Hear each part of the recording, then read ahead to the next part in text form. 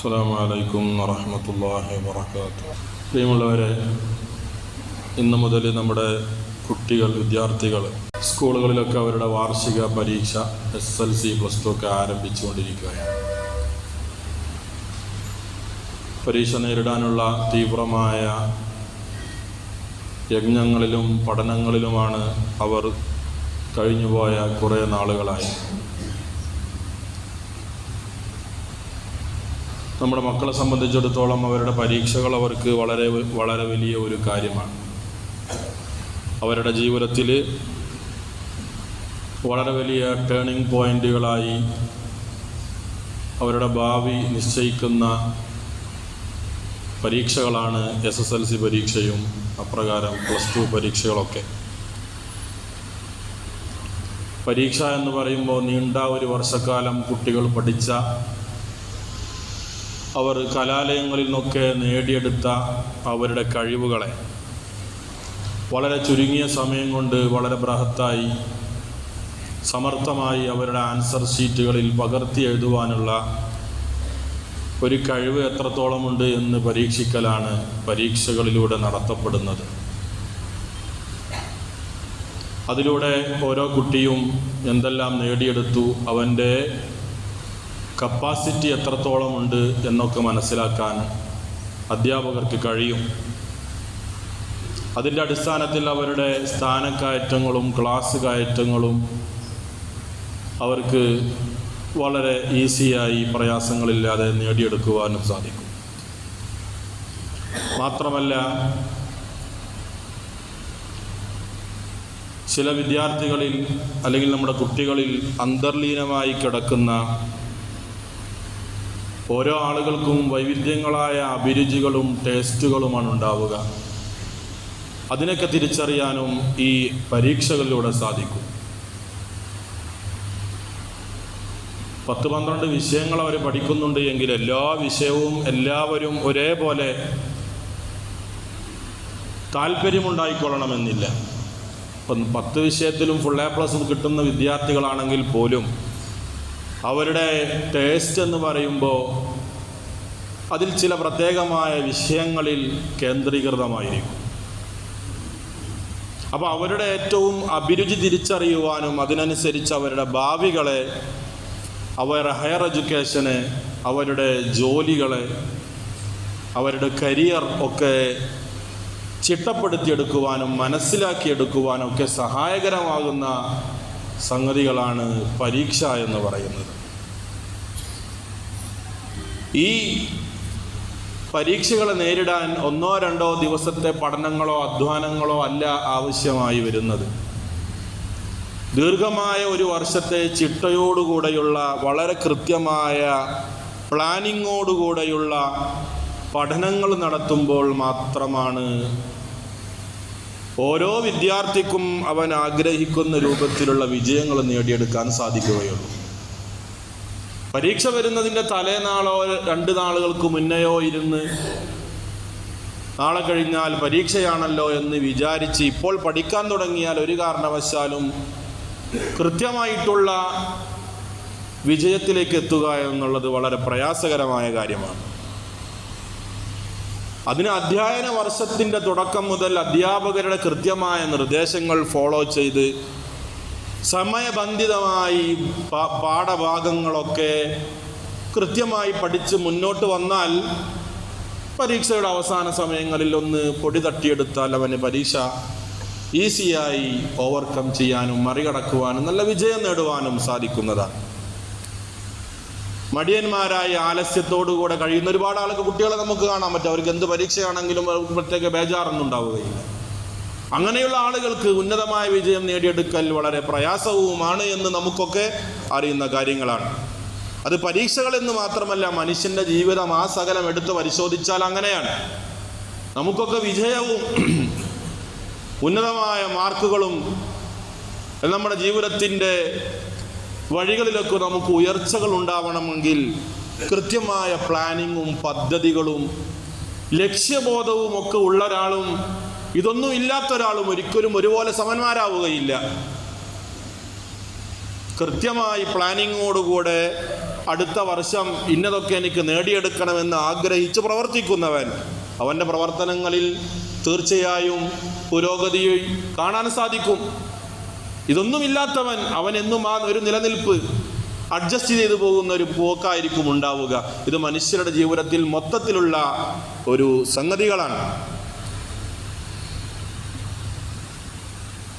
ചുരുക്കി പറഞ്ഞാൽ, കുട്ടികൾ പരീക്ഷയെ നേരിടാൻ വേണ്ടി പോകുമ്പോൾ അവർ വളരെ വലിയ മാനസികമായ സമ്മർദ്ദങ്ങളിലൂടെയായിരിക്കും പോയിക്കൊണ്ടിരിക്കുക. കാരണം പരീക്ഷ വിജയിക്കണം, അധ്യാപകരുടെയും രക്ഷിതാക്കളുടെയും നാട്ടുകാരുടെയും എല്ലാവരുടെയും തൃപ്തി നേടണം, ഫുൾ എ പ്ലസ് വാങ്ങണം. ഫുൾ എ പ്ലസ് വാങ്ങിയിട്ടില്ല എങ്കിൽ ആളുകളുടെ മുഖത്ത് നോക്കാൻ പറ്റുകയില്ല. ഈ പാഠഭാഗങ്ങളൊക്കെ എങ്ങനെ പഠിച്ചു തീർക്കണം എന്നിത്യാദി തുടങ്ങിയ ചിന്താഗതികൾ കുട്ടികളുടെ മനസ്സിൻ്റെ ഉള്ളിൽ സംഘർഷങ്ങൾ ഉണ്ടാക്കുമെന്നതിൽ യാതൊരു സംശയവുമില്ല. ഈ സംഘർഷങ്ങളൊക്കെ അതിജീവിച്ചുകൊണ്ട് വേണം അവർക്ക് പരീക്ഷകളൊക്കെ എഴുതി വിജയം നേടിയെടുക്കുവാൻ. നാട്ടുകാരുടെ, മനുഷ്യരുടെ തെറ്റായ ധാരണകളെ അതിനവർ വിധേയമായി പോവേണ്ടി വരും. ഫുൾ എ പ്ലസ് എന്ന് പറയുന്ന ഒരു മഹായജ്ഞം അത് മറികടക്കുക എന്നുള്ളത് വളരെ ചില കുട്ടികൾക്ക് പ്രയാസമായിരിക്കും. അല്ലെങ്കിലും ഫുൾ എ പ്ലസ് കിട്ടിയവർ മാത്രമേ ജീവിതത്തിൽ വിജയിച്ചിട്ടുള്ളൂ എന്നുള്ളത് ഒരു തെറ്റായ ധാരണയാണ്. ജീവിതത്തിൻ്റെ വിജയവും ഉന്നതികളും കരസ്ഥമാക്കുക എന്നത് എ പ്ലസിൻ്റെ അടിസ്ഥാനപ്പെടുത്തിയല്ല. എന്നാൽ എ പ്ലസ് നിസ്സാരമായ കാര്യവുമല്ല. നമ്മൾ നമ്മുടെ കുട്ടികളെ ബോധ്യപ്പെടുത്തി കൊടുക്കണം. ഫുൾ എ പ്ലസ് കിട്ടുക എന്നതൊന്നുമല്ല, നീ പഠിച്ചുകൊണ്ടിരിക്കുന്ന വിഷയങ്ങളിൽ നിന്റെ ഇഷ്ടവിഷയങ്ങളെ നന്നായി പഠിച്ച് നിന്റെ കരിയർ സെറ്റ് ചെയ്യാൻ നിനക്ക് ഏത് വിഷയമാണോ ഏറ്റവും കൂടുതൽ താല്പര്യം അതിൽ നീ ഫോക്കസ് ചെയ്യുക. അതിൽ നിന്റെ ശ്രദ്ധ കേന്ദ്രീകരിച്ച് പഠിച്ച് പാസ്സാവാനുള്ള ശ്രമങ്ങൾ നടത്തുക എന്നതിലപ്പുറം കുട്ടികൾക്ക് ഭാരമാകുന്ന രൂപത്തിലുള്ള പ്രഷർ നമ്മൾ കൊടുക്കാൻ പാടില്ല. നമുക്കൊക്കെയുള്ള ആഗ്രഹവും നമ്മുടെ സ്വപ്നവും അങ്ങനെയാണ്. അതിനുവേണ്ടിയാണ് നമ്മുടെ മക്കളെ 5ാം ക്ലാസ് മുതൽ ട്യൂഷന് പറഞ്ഞേക്കും. എന്തുകൊണ്ട്? 5 വർഷം കഴിഞ്ഞാൽ SSLC പാസ്സാവാനുള്ള കുട്ടിയാണ്, ഫുൾ എ പ്ലസ് വാങ്ങണം, അതുകൊണ്ട് ഇപ്പം തന്നെ ട്യൂഷന് പോകണം. മദ്രസയൊന്നും ഇപ്പം ഇനി വേണ്ട, മദ്രസ 5 വരെ പഠിച്ചില്ല, അത് മതി. അപ്പോൾ നമ്മളുടെയും മനസ്സിൻ്റെ ചിന്താഗതികൾ അങ്ങനെയാണ്. ആ ഒരു ചിന്താഗതിയിലൂടെയാണ് നമ്മുടെ കുട്ടികളും സഞ്ചരിച്ചു കൊണ്ടിരിക്കുന്നത്. അല്ലാഹു സുബ്ഹാനഹു വ തആല ഈ ഭൂമി ലോകത്ത് മനുഷ്യരെ സൃഷ്ടിച്ചിട്ടുള്ളത് മനുഷ്യരുടെ ജീവിതം സന്തുലിതമായ രൂപത്തിൽ ഏറ്റക്കുറച്ചിലുകളില്ലാതെ എല്ലാവർക്കും എല്ലാവരുടെ കാര്യങ്ങളും ഭംഗിയായി നിർവഹിക്കപ്പെടാൻ പറ്റുന്ന രൂപത്തിലാണ് മനുഷ്യരെ അള്ളാഹു പടച്ചിട്ടുള്ളത്. എല്ലാവർക്കും ഒരേ ബുദ്ധി അള്ളാഹു കൊടുത്തിട്ടില്ല. എല്ലാവർക്കും പഠിക്കുവാനുള്ള കപ്പാസിറ്റിയും അള്ളാഹു ഒരേപോലെ നൽകിയിട്ടില്ല. കാരണം ഓരോ ആളുകളുടെയും ഉള്ളിൽ അള്ളാഹു സംവിധാനിച്ചിരിക്കുന്നത് വൈവിധ്യങ്ങളായ ടാലന്റുകളാണ്, കഴിവുകളാണ്. അത് സമൂഹത്തിന് ആവശ്യമാണ്. എല്ലാവരും ഡോക്ടർമാരായി മാറിയാൽ, എല്ലാവരും എഞ്ചിനീയർമാരായി മാറിയാൽ അത് സമൂഹത്തിന് അതിൻ്റെ സ്വസ്ഥതക്ക് കോട്ടമുണ്ടാക്കും. എന്നാൽ ഈ സമൂഹത്തിൽ എല്ലാവരും ആവശ്യമാണ്. അതിനാവശ്യമാകുന്ന രൂപത്തിലാണ് അള്ളാഹു മനുഷ്യരെ പടച്ചിട്ടുള്ളത്. അതുകൊണ്ട് നമ്മളിൽ അള്ളാഹു, നമ്മുടെ മക്കളിൽ അള്ളാഹു സന്നിവേശിപ്പിച്ചിട്ടുള്ള, ഇൻസേർട്ട് ചെയ്തിട്ടുള്ള ഒരു കഴിവുണ്ടാകും. അവനൊരു വ്യതിരിക്തനായിരിക്കും. ആ കഴിവ് കണ്ടെത്തുക എന്നുള്ളതാണ് നമ്മൾ പ്രധാനമായിട്ട് ഫോക്കസ് ചെയ്യേണ്ടത്. എന്നിട്ട് അതിൽ അവന് പ്രാക്ടീസ് കൊടുക്കുകയും പ്രോത്സാഹനം കൊടുക്കുകയും ചെയ്താൽ ആ വിഷയത്തിൽ അവൻ അഗ്രഗണ്യനായി മാറും. അവൻ ഏറ്റവും ടോപ്പായ നിലയിലെത്താനും സാധിക്കും. അപ്പോൾ അതിനു വേണ്ടിയിട്ടുള്ള പ്രോത്സാഹനങ്ങൾ നമ്മുടെ മക്കൾക്ക് നൽകേണ്ടതാണ്. അയൽപക്കത്തുള്ള മോളെയോ മോനെയോ നോക്കി ഇനി അവനെ പോലെ ആവണം, ഇവളെ പോലെ ആവണം എന്ന് പറഞ്ഞ് കമ്പാരിസൺ ചെയ്യുന്ന ഒരു പ്രവണത കുട്ടികൾക്ക് മാനസിക സംഘർഷം അത് കൂടാനാണ് സാധിക്കുക. കാരണം അയൽപക്കത്തുള്ളവനും നീയും ഒരുപോലെയല്ല. നിങ്ങൾ രണ്ടും രണ്ട് തറവാട്ടുകാർ, വൈവിധ്യങ്ങളായ വ്യത്യസ്തങ്ങളായ മനോഗതിയുള്ളവർ. അത് നിങ്ങളുടെ മക്കളുടെ പഠനങ്ങളിലും സ്വാഭാവികമായിട്ട് ഫലിക്കുന്നതാണ്. അപ്പോൾ നമ്മളുടെ മക്കളുടെ കഴിവുകൾ നമ്മൾ തിരിച്ചറിയണം. അതിന് വേണ്ട പ്രോത്സാഹനങ്ങൾ നമ്മൾ കൊടുക്കുകയും വേണം. അള്ളാഹു അവരുടെ പരീക്ഷകളിലൊക്കെ ഉന്നതമായ വിജയങ്ങൾ അള്ളാഹു പ്രദാനം ചെയ്യട്ടെ. അതുകൊണ്ട് കുട്ടികൾക്ക് പഠിക്കാൻ നല്ല സൗകര്യം നമ്മുടെ വീട്ടിലുണ്ടാവണം. നല്ല അത്യുഷ്ണമാണ് പുറത്ത്. മാർച്ച് ആരംഭിച്ചിരിക്കുകയാണ്, ഇനിയും ചൂട് വർദ്ധിച്ചുകൊണ്ടേയിരിക്കുന്നു. പ്രത്യേകിച്ച് നമ്മുടെ പാലക്കാടൊക്കെ ചൂട് സ്വാഭാവികമായി മറ്റു ജില്ലകളെക്കാൾ കൂടുതലാണ്. നിർജ്ജലീകരണമൊക്കെ ഉണ്ടാവാൻ സാധ്യതയുണ്ട്. കുട്ടികൾ പഠിക്കുമ്പോൾ നന്നായി വെള്ളം കുടിക്കുവാനുള്ള സാഹചര്യം അവർക്ക് ഉണ്ടാക്കി കൊടുക്കണം. അവരെ ഓർമ്മിപ്പിക്കണം. പഠനത്തിൻ്റെ തിരക്കിൽ അതൊക്കെ മറന്നുപോകും. ഭക്ഷണം കഴിക്കാൻ തന്നെ അവർ മറന്നുപോകും. നല്ല വായുസഞ്ചാരമുള്ള, പഠിക്കാൻ നല്ല അന്തരീക്ഷം, അവരുടെ പഠനങ്ങൾക്ക് തടസ്സങ്ങളോ ബുദ്ധിമുട്ടുകളോ ഒന്നും ഇല്ലാത്ത സ്ഥലം നമ്മുടെ വീടുകളിൽ നമ്മൾ അവർക്ക് സൗകര്യം ചെയ്തു കൊടുക്കണം. അങ്ങനെ അവർ പഠിക്കട്ടെ, അങ്ങനെ വളരട്ടെ. ചില ആളുകൾ മടിയന്മാരായി നടക്കുന്ന കുട്ടികളുണ്ടാവും. അവർക്കൊന്നും ഒരു പ്രശ്നമില്ലാത്തവരാണ്. അവരെയും പ്രത്യേകം വിളിച്ചു വരുത്തി സതുപദേശങ്ങൾ നൽകി നല്ല മോട്ടിവേഷൻ നൽകണം. ഈ ലോകമെന്ന് പറഞ്ഞാൽ തരികിട കളിച്ച് നടന്നു കഴിഞ്ഞാൽ മോനെ ജീവിച്ചു പോകാൻ പ്രയാസമാണ്. എന്തെങ്കിലും എൻ്റെ കുട്ടി, എൻ്റെ മോൻ നന്നായി പഠിച്ച് പരീക്ഷയൊക്കെ പാസ്സായി നല്ലൊരു ജോലിയൊക്കെ വാങ്ങാനുള്ള ഒരു സന്മനസ് നിനക്ക് വേണമെന്നൊക്കെ പറഞ്ഞ് പ്രോത്സാഹനം നൽകി അവരൊക്കെ പഠിക്കുവാനും പരീക്ഷകളിൽ പാസ്സാവാനുമുള്ള ഒരു മോട്ടിവേഷനും ഒരു പ്രേരണയും പ്രോത്സാഹനവും കൊടുക്കൽ നമ്മുടെ ഓരോരുത്തരുടെയും കടമയാണ്, ഉത്തരവാദിത്വമാണ്. കാരണം ഈ ലോകമെന്ന് പറഞ്ഞാൽ മത്സരത്തിൻ്റെ യുഗമാണ്. എല്ലാവർക്കും കഴിവുണ്ട് എങ്കിൽ പോലും ഓരോ കമ്പനികളാണെങ്കിലും ഓരോ സ്ഥാപനങ്ങളാണെങ്കിലും അവിടെയൊക്കെ ആളുകൾക്ക് ജോലിക്കാരെ വേണ്ടത് ഏറ്റവും സമർത്ഥന്മാരായ, ഏറ്റവും പ്രഗത്ഭരായ ആളുകളെയാണ് വേണ്ടത്. അപ്പൊ കുട്ടികൾക്ക് അത് പറഞ്ഞു കൊടുക്കണം. കളിയും തമാശയുമായി നടന്നാൽ കാര്യം വരുമ്പോൾ പിന്നീട് നമ്മൾ സങ്കടപ്പെടും. ഗവൺമെന്റ് സിവിൽ സർവീസ് മേഖലകളിലേക്ക് എത്തുവാനുള്ള പ്രോത്സാഹനങ്ങളൊക്കെ നമുക്ക് നൽകണം, കുട്ടികൾക്ക് നൽകണം. അപ്പോഴാണ് അവർ ആ വഴിക്കൊക്കെ ചിന്തിക്കുകയും ആ വഴിയിലൂടെയൊക്കെ കടന്നു വരികയും ചെയ്യുക.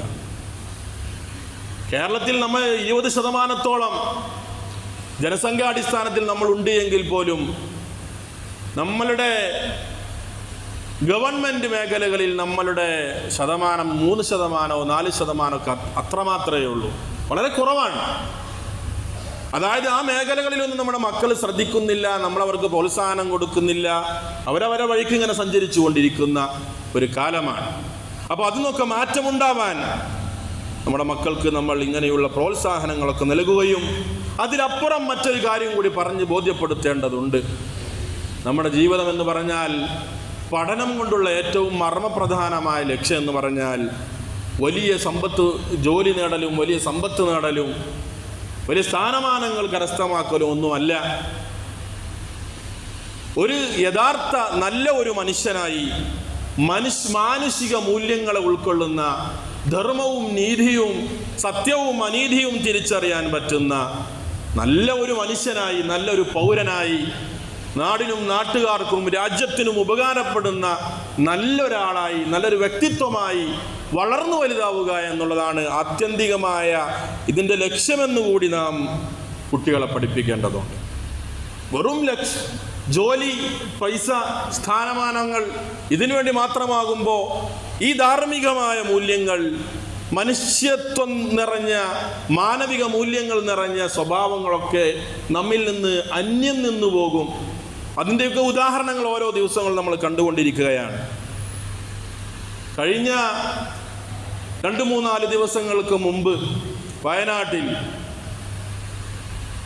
വെറ്റിനറി ഒരു യൂണിവേഴ്സിറ്റിയിൽ, ഒരു കോളേജിൽ അവിടെ പഠിച്ചുകൊണ്ടിരിക്കുന്ന ഒരു കുട്ടി, സിദ്ധാർത്ഥ് എന്ന് പറയുന്ന ഒരു കുട്ടിയെ തൻ്റെ കൂടെ പഠിച്ചുകൊണ്ടിരിക്കുന്ന സഹപാഠികൾ അതിക്രൂരമായി പീഡിപ്പിച്ച് ആ കുട്ടി അവസാനം അവൻ്റെ ജീവൻ പോലും നഷ്ടപ്പെടേണ്ട അവസ്ഥയിലേക്ക് എത്തി.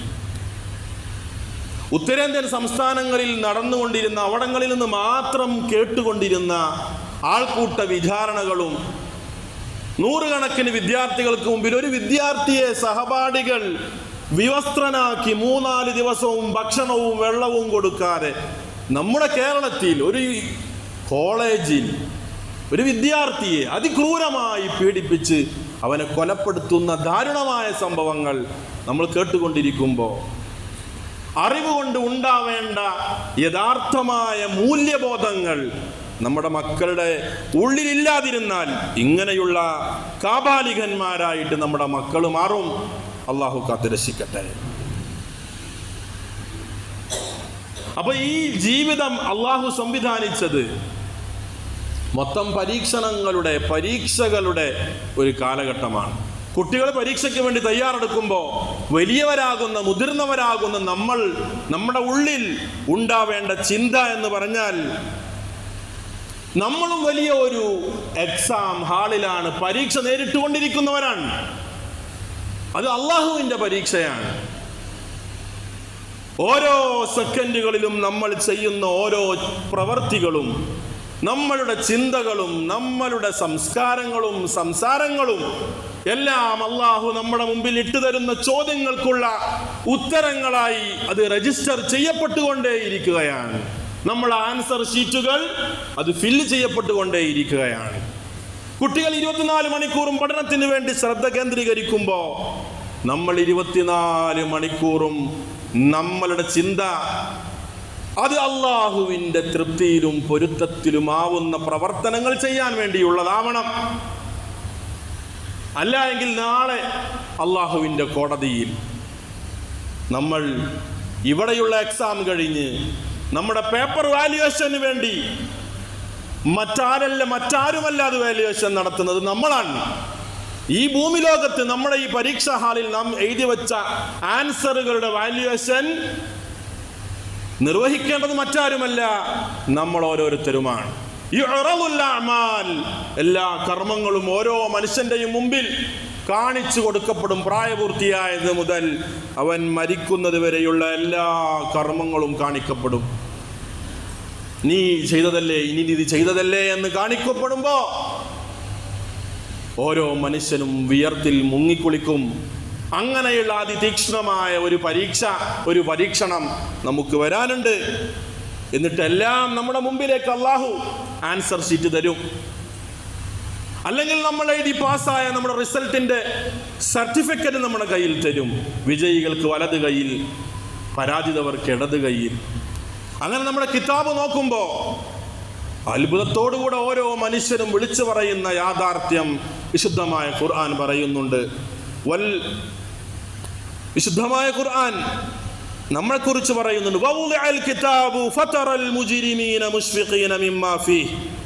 അക്രമികളാകുന്നതായ ആളുകൾ അവരുടെ കിതാബ് അവരുടെ കയ്യിൽ വെക്കപ്പെടുമ്പോ അത് വായിച്ചു നോക്കുമ്പോ അതിലുള്ളത് കണ്ട് അത്ഭുതപ്പെട്ട് പേടിച്ചുകൊണ്ട് അവർ പറയും, ഇതെന്തൊരു കിതാബാണ്,